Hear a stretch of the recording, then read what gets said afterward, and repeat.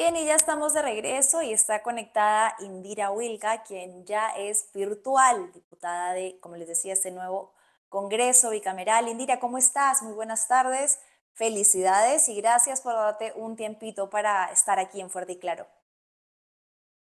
Buenas tardes, Manuela, y muchas gracias por la invitación y también un saludo a todas las personas que nos están viendo. Indira, bueno, seguimos hablando un poco, lamentablemente, porque los actores políticos no permiten despegarnos del tema del supuesto fraude. Hemos estado hablando hace un ratito sobre esta marcha en la que Rafael López Aliaga había convocado a ciudadanos para seguir haciéndoles creer que ha habido un fraude del que no presenta pruebas. Hace algunas horas tú pusiste un tweet en tus redes sociales en el que, bueno, incidías, ¿no? En que no estamos hablando de ningún fraude, pero me llamó la atención algo de esto que pusiste, que decías que este debía ser un llamado de izquierdas y derechas, independientemente de la postura política. No sé si has logrado leer lo que ha puesto, bueno, la entrevista que dio el candidato Jorge Nieto, que ha sido duramente criticada, por ejemplo, también por personas de tu bancada, como Ruth Luque, y por gran parte del electorado que piensan que ha sido ambiguo en no marcar distancia con un fraude. ¿Te referías a él directa e indirectamente o quizás puedes decirme algo sobre si has visto lo que dijo el señor Jorge Nieto? Bueno, yo primero ratificarme en que no hay ningún argumento que sostenga la posibilidad de un fraude. Entonces, esa es la primera preocupación con este mensaje al que tú te refieres. Lo digo porque incluso hay personas de buena fe, sensatas, que están muy preocupadas por lo que viene ocurriendo y que, claro, si escuchan mañana, tarde y noche en los principales medios de comunicación del país de irregularidades, de actos logísticos que fueron llevados de forma totalmente incorrecta, la gente piensa que efectivamente estamos ante una situación fraudulenta, ¿ok?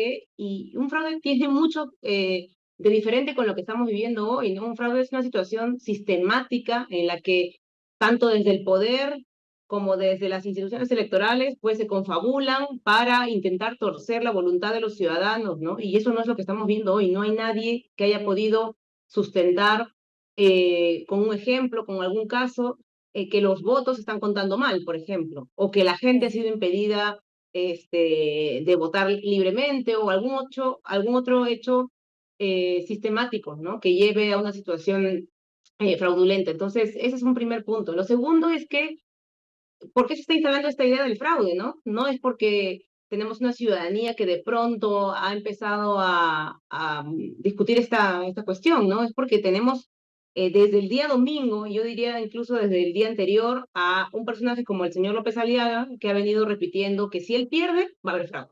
Si él no es Sí. declarado como ganador o con el pase a la segunda vuelta, hay fraude, ¿no? Entonces, todos los hechos posteriores a eso los hemos visto en vivo y en directo en los principales medios de comunicación, amenazas al jefe de la OMPE, amenazas al presidente del Jurado Nacional de Elecciones, despotricar, en fin, del resto de candidatos. Entonces, yo creo que eso es algo importante que tiene que señalarse en este momento. Y sí, con este comentario yo lo que aludía es que algo que ya hemos mencionado, lo he mencionado yo, pero también lo ha mencionado gente de otra nación como Alfonso López Chau, y es que en este momento lo que hace falta es, sí creo, una posibilidad de coincidencia entre los diferentes grupos, partidos políticos, actores de los sectores democráticos, pronunciándose con claridad frente a lo que estamos. Yo tengo muchos cuestionamientos a lo que ha pasado el día domingo, no solamente al desempeño de la OMPE, pero incluso yéndome más atrás a cómo ha sido diseñado este proceso electoral. Desde hace meses veníamos advirtiendo que esta no iba a ser una elección normal,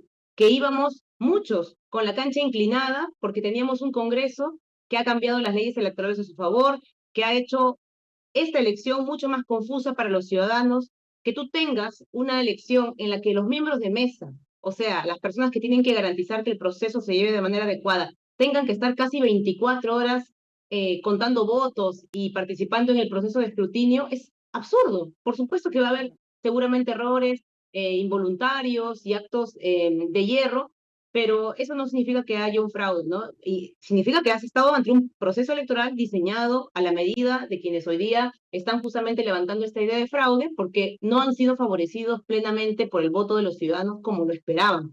El pacto mafioso Claro. esperaba tener, pues, arrasar en estas elecciones, esperaba que los partidos que estaban en el Congreso, todos, se mantuvieran por encima de la valla y tuvieran una representación. No lo han conseguido. Incluso tienen una segunda vuelta en la que eventualmente no están yendo los contendores que querían. Entonces, yo sí creo que lo que toca hoy es, por supuesto, podemos discutir y plantear las mejoras que tiene que haber para la segunda vuelta, fiscalizando y haciendo todos los controles que corresponden a los organismos electorales, en particular a OMPE, pero lo que no se puede es perder de vista cuál es el foco principal del problema. Y el problema principal de la situación de inestabilidad después del día de las elecciones no son los errores aislados, que cuando además uno los observa detenidamente como dato concreto, no son pues mayoritarios, ni son Claro.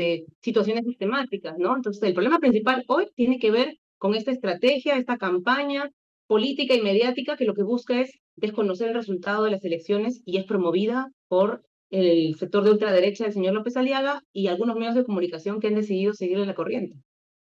Claro, creo que incluso la ambigüedad podría ser mal percibida porque si el señor Jorge Nieto dice que podría estar a favor de que hayan elecciones complementarias en Lima, esto podría percibirse como una injusticia, por ejemplo, para las personas en las regiones, ¿no? ¿Por qué exclusivamente en Lima? ¿Por qué se intenta forzar algo cuando ya todos acudimos a votar en una fecha determinada, ¿no? Quizás esa ambigüedad en este momento no es la más responsable, porque incluso personas cercanas a Rafael López Aliaga le están aplaudiendo el haber tenido esta postura.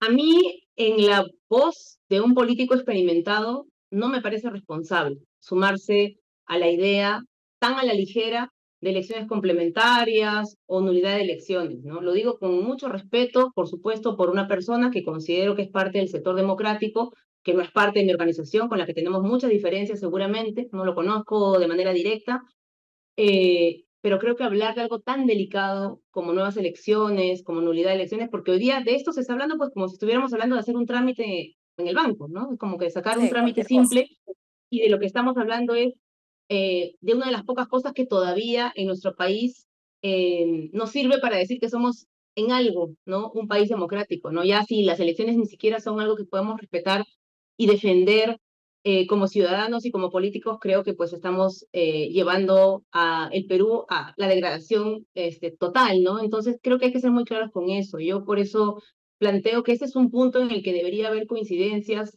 en todos los actores políticos y sociales que hoy día defienden la democracia, ¿no? Es la institucionalidad de este proceso electoral. No es verdad que la legitimidad de este proceso ha sido destruida por la OMPE. Ha habido muchos errores, por supuesto, inaceptables que tendrán que ser investigados y para los funcionarios públicos existen mecanismos de sanción, de investigación, pero no en este momento. Y no se puede desconocer que la legitimidad de este proceso para muchas personas tiene que ver con lo que ha hecho más bien el Congreso de la República, llevándonos a votar por una bicameralidad o llevándonos a elegir entre más de 30 partidos. Para mucha gente este proceso tenía fallas de legitimidad por esa razón y porque estamos en un contexto de permanente autoritarismo, de un parlamento que no ha tenido ningún tipo de contrapesos en general en los últimos años para cambiar las leyes a su antojo, incluyendo las leyes electorales. Entonces, si queremos hablar de falta de legitimidad, hablemos completo de la falta de legitimidad de este proceso y cómo algunas medidas que se hablan de manera superficial no van a contribuir a resolver esa falta de legitimidad. La legitimidad se tiene que construir a partir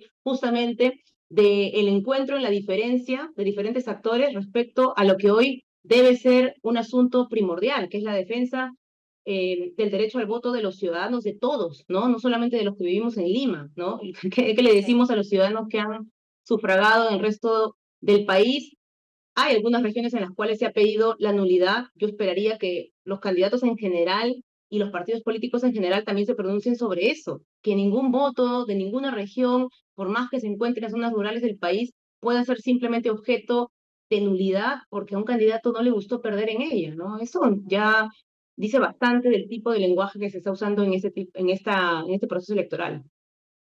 Quería profundizar contigo, Indira, este componente que reaparece y que no es nuevo, pero es un fantasma que emerge muy claro con tintes de racismo, clasismo, discriminación en este cuestionamiento hacia el voto rural, ¿no? ¿Qué crees que eso nos quiere decir de lo que seguimos siendo como sociedad y de un mensaje que Lima parece no haber entendido, ¿no? ¿Por qué es que volvemos a caer en ese recurso una y otra vez?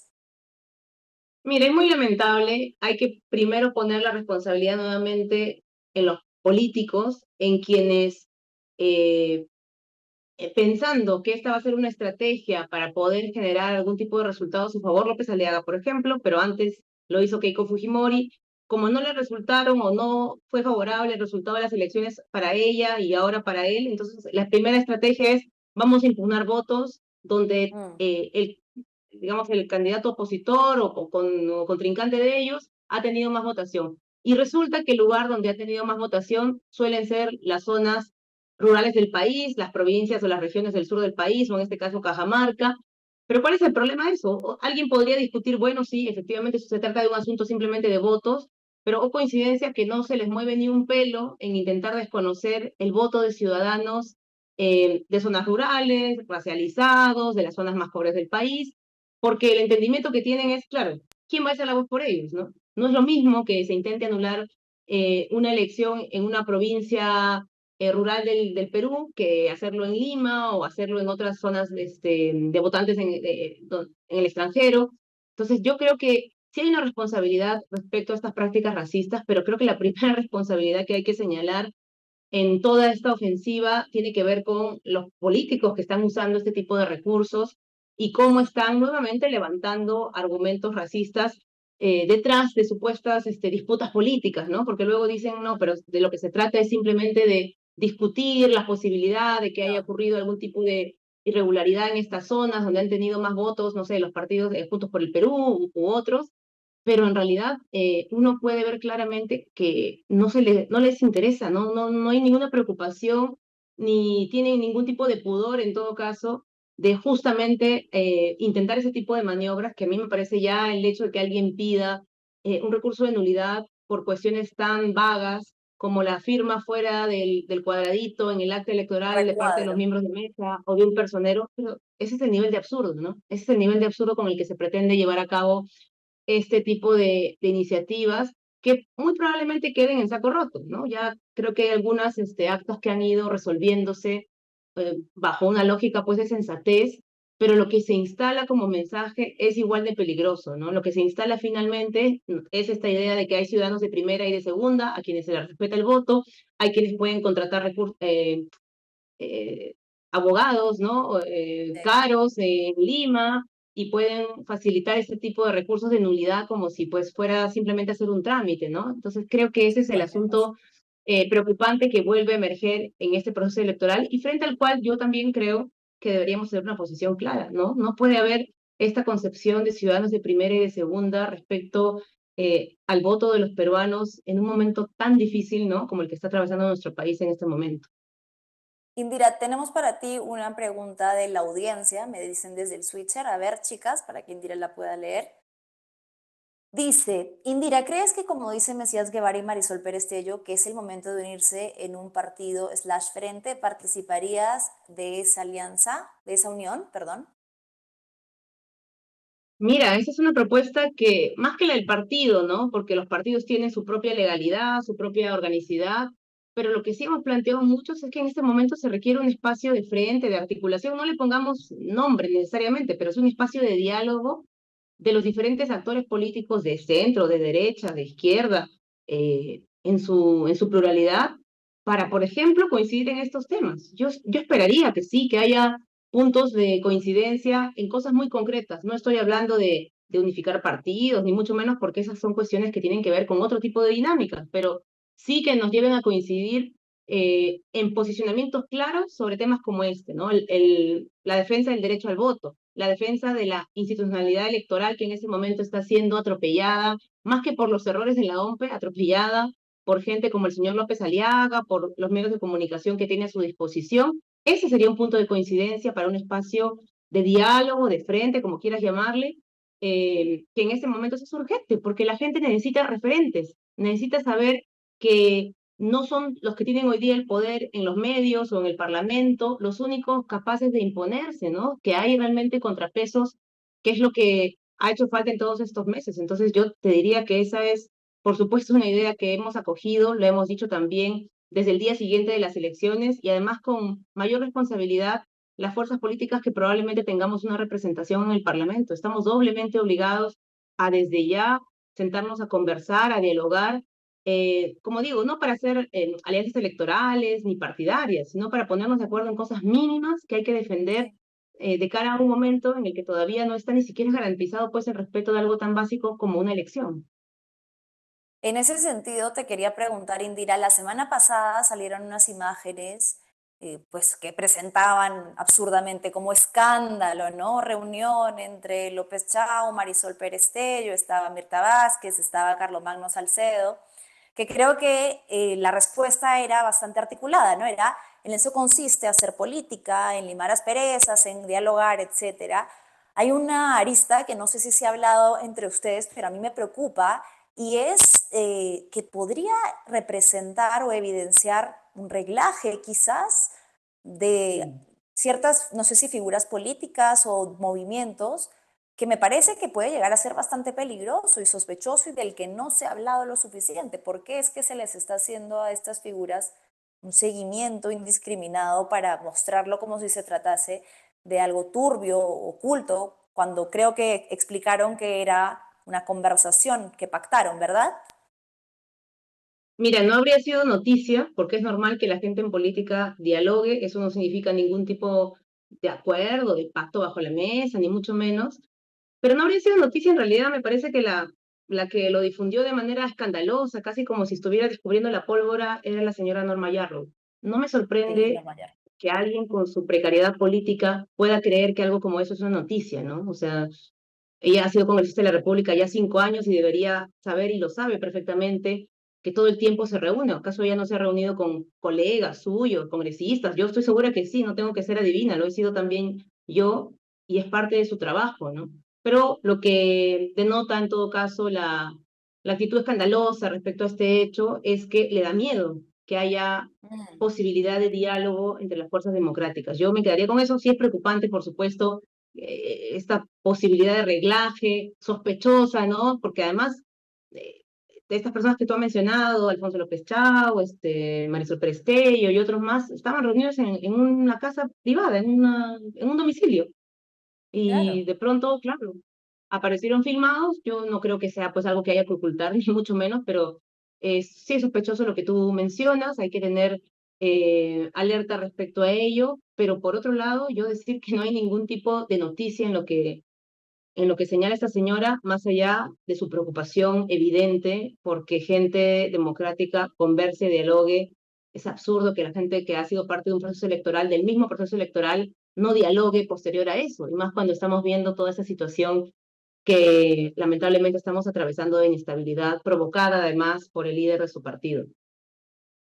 Bien, Indira. Y para ir cerrando, y bueno, aquí sí ya una preocupación que incluso es un poco más personal, ¿no? Que creo que se van afianzando las alianzas con el centro, pero parece que se van alejando con la izquierda, por ejemplo, de Juntos por el Perú. Me preocupa, por ejemplo, que hayan intercambios públicos entre Anaí Durán, Mirta Vázquez. Mi pregunta, ya que tú no estás directamente involucrada en este, es si crees que haya posibilidad de que se sienten a conversar de lo que creo que ambos partidos quieren en este momento, que es la protección de la democracia y llegar a acuerdos. ¿Cómo ves esa cercanía con Juntos por el Perú, sobre todo con miras a los curules que van a compartir dentro de un Congreso en el que van a tener que hacer alianzas para ser oposición? Lo acabo de decir hace un minuto, la posición de Ahora Nación es poder generar espacios de diálogo con todas las fuerzas políticas que van a componer el Parlamento y que nos, por supuesto, excluyendo a Renovación Popular y Fuerza Popular en este momento para justamente hacerle frente a lo que sabemos que va a ser su actitud en un posible Congreso integrado por ellos. Nuevamente, el bloqueo de cualquier iniciativa que busque, por ejemplo, derogar las leyes pro crimen o que busque implementar una agenda que permita desmontar las normas mafiosas que han sido aprobadas por el actual Parlamento y recuperar otros derechos para los ciudadanos. En esa lógica y con las cartas sobre la mesa y de forma transparente y abierta, siempre nos vamos a poder y nos vamos a querer sentar a conversar con todas las fuerzas políticas, incluyendo los congresistas, los senadores, los diputados de Juntos por el Perú. Ojo, esto no implica un diálogo, negociación para cuestiones electorales de cara a la segunda vuelta. Esa es una evaluación que el propio Partido de la Nación está teniendo internamente, pero en lo que compete a los diálogos de cara a quienes van a ser representantes en un parlamento al que yo creo que por ahora podemos decir el pacto mafioso no ha logrado imponer una mayoría total. Por supuesto, estamos obligados a conversar y encontrar esos puntos de coincidencia, así que sí, y yo creo que sí han habido, y no tengo yo esos detalles pues precisos, pero sí han habido intentos de diálogo con los otros partidos políticos que compondrían el Parlamento, así que simplemente no ha habido sobre esto, pues de repente un tuit escandaloso de alguien como la señora Yarro, pero sí hay esa voluntad de poder generar esos espacios de comunicación.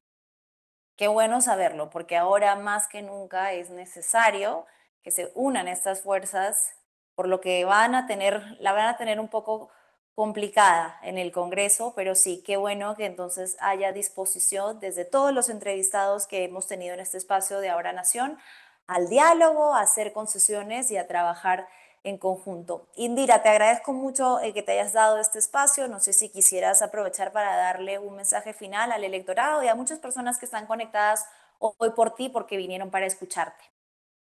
Sí, muchas gracias, Manuela. Bueno, aprovechar este espacio para nuevamente invocar y hacer este llamado a generar un frente de resistencia común contra el pacto mafioso y porque en el Perú, a pesar de todas las dificultades que hemos tenido en esta elección, hemos podido avanzar en cerrarle el paso a varios de los partidos que han sido responsables de la situación que hoy día estamos viviendo. No es poca cosa que los ciudadanos le hayan dicho que no a Alianza para el Progreso, a Podemos, a Perú Libre y a otros tantos que creían que teniendo el poder desde el Parlamento y teniendo maquinarias y millones en dinero para hacer campañas, subestimando además la conciencia de los ciudadanos, iban a poder salir triunfadores. Y eso no ha sido así, así que creo que hay que también valorar eso por parte de la ciudadanía, que ha tenido una posición clara respecto a no darle una confianza total a quienes han constituido el régimen actual que estamos viviendo, de este pacto de poder mafioso, y agradecerles también a las personas que han confiado en nosotros, en particular